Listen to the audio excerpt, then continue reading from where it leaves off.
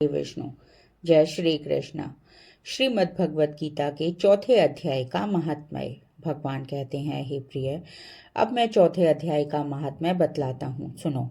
भागीरथी के तट पर वाराणसी नामक एक पुरी है, जहाँ विश्वनाथ जी के मंदिर में भरत नामक एक योगनिष्ठ महात्मा रहते थे, जो प्रतिदिन आत्मचिंतन में तत्पर हो आदर पूर्वक गीता के चतुर्थ अध्याय का पाठ किया करते थे।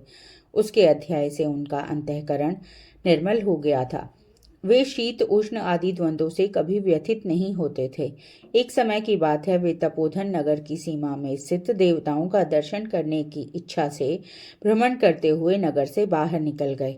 वहां बेर के 2 वृक्ष थे, उन्हीं की जड़ में वे विश्राम करने लगे। एक वृक्ष की जड़ में उन्होंने अपना मस्तक रखा था और दूसरे वृक्ष के मूल में उनका एक पैर टिका हुआ था। थोड़ी देर बाद जब वे तपस्वी चले गए, तब बेर के वे दोनों वृक्ष 6 दिनों के भीतर सूख गए। उनमें पत्ते और डालियां भी नहीं रह गई। तत्पश्चात वे दोनों वृक्ष कहीं ब्राह्मणों के पवित्र गृह में 2 कन्याओं के रूप में उत्पन्न हुए। वे दोनों कन्याएं जब बढ़कर 7 वर्ष की हो गई, तब एक दिन उन्होंने दूर देशों से घूमकर आते हुए भरत मुनि को देखा।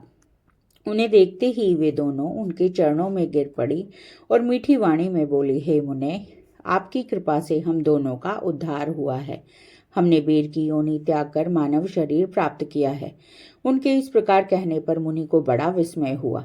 उन्होंने पूछा, पुत्रियों, मैंने कब और किस साधन में तुम्हें मुक्त किया था? साथ ही यह भी बताओ कि तुम्हारे बेर के वृक्ष होने में क्या कारण था, क्योंकि इस विषय में मुझे कुछ भी ज्ञात नहीं है। तब वे कन्याएं पहले उन्हें अपने बेर हो जाने का कारण बतलाती हुई बोली, हे मुने, गोदावरी नदी के तट पर छिन्नपाप नाम का एक उत्तम तीर्थ है, जो मनुष्यों को पुण्य प्रदान करने वाला है। वह पावनता की चरम सीमा पर पहुंचा हुआ है। उस तीर्थ में सत्य तपा नामक एक तपस्वी बड़ी कठोर तपस्या कर रहे थे। वे ग्रीष्म ऋतु में प्रज्वलित अग्नियों के बीच में बैठते थे। वर्षा काल में जल की धाराओं से उनके मस्तक के बाल सदा भीगे ही रहते थे। जाड़े के समय जल में निवास होने के कारण उनके शरीर में हमेशा रोंगटे खड़े रहते थे। वे बाहर भीतर से सदा शुद्ध रहते, समय पर तपस्या करते और मन और इंद्रियों को संयम में रखते हुए परम शांति प्राप्त करके आत्मा में ही रमण करते थे। वे अपनी विद्वता के द्वारा जैसा व्याख्यान करते थे, उसे सुनने के लिए साक्षात ब्रह्मा जी भी प्रतिदिन उनके पास उपस्थित होते और प्रश्न करते थे। ब्रह्मा जी के पास उनका संकोच नहीं रह गया था। ततः उनके आने पर भी वे सदा तपस्या में मग्न रहते थे। परमात्मा के ध्यान में निरंतर संलग्न होने के कारण उनकी तपस्या सदा बढ़ती ही रहती थी। सत्य तपा को जीवन मुक्त के समान मानकर इंद्र को अपनी समृद्धिशाली पद के संबंध में कुछ भय हुआ। तब उन्होंने उनकी तपस्या में सैकड़ों विघ्न डालने आरंभ किए। अप्सराओं के समुदाय से हम दोनों को बुलाकर इंद्र ने इस प्रकार आदेश दिया कि तुम दोनों उस तपस्वी की तपस्या में विघ्न डालो, जो मुझे इंद्र पद से हटाकर स्वयं स्वर्ग का सुख भोगना चाहता है। इंद्र का यह आदेश पाकर हम दोनों उनके सामने से चलकर गोदावरी के तीर्थ पर, जहां वे मुनि तपस्या करते थे, आए। वहां मंद एवं गंभीर स्वर में बजते हुए मृदंग और मधुर वेणुनाद के साथ हम दोनों ने अन्य अप्सराओं सहित मधुर स्वर में गाना आरंभ किया। इतना ही नहीं, उन योगी महात्मा को वश में करने के लिए हम लोग स्वर, ताल और लय के साथ नृत्य भी करने लगे। बीच बीच में जरा जरा सा आंचल खिसका कर हम उन्हें रिझाने की कोशिश करने लगे।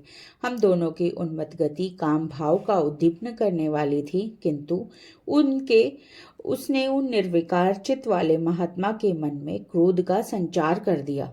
तब उन्होंने हाथ से जल छोड़कर हमें क्रोधपूर्वक शाप दिया कि तुम दोनों गंगा जी के तट पर बेर वृक्ष हो जाओ। यह सुनकर हम लोगों ने बड़े विनय के साथ कहा, हे महात्मन, हम दोनों पराधीन थी, अतः हमारे द्वारा जो दुष्कर्म बन गया है उसे आप क्षमा करें। यूं कहकर हमने मुनि को प्रसन्न कर लिया। तब उन पवित्र चित्त वाले मुनि ने हमारे शापोद्धार की अवधि निश्चित करते हुए कहा, भरत मुनि के आने तक तुम पर यह श्राप लागू होगा। उसके बाद तुम लोगों का मृत्यु लोक में जन्म होगा और पूर्व जन्म की स्मृति सदा बनी रहेगी। हे मुने, जिस समय हम दोनों बेर वृक्ष के रूप में खड़ी थी, उस समय आपने हमारे समीप आकर गीता के चौथे अध्याय का जप करते हुए हमारा उद्धार किया था। अतः हम आपको प्रणाम करती हैं। आपने केवल शाप से ही नहीं, इस भयानक संसार से भी गीता के 4th अध्याय के पाठ द्वारा हमें मुक्त कर दिया। तब भगवान कहते हैं, उन दोनों के इस प्रकार कहने पर मुनि बहुत ही प्रसन्न हुए और उनसे पूजित हो विदा लेकर जैसे आए थे वैसे ही चले गए, तथा वे कन्याएं भी बड़े आदर के साथ प्रतिदिन गीता के 4th अध्याय का पाठ करने लगी, जिससे उनका उद्धार हो गया।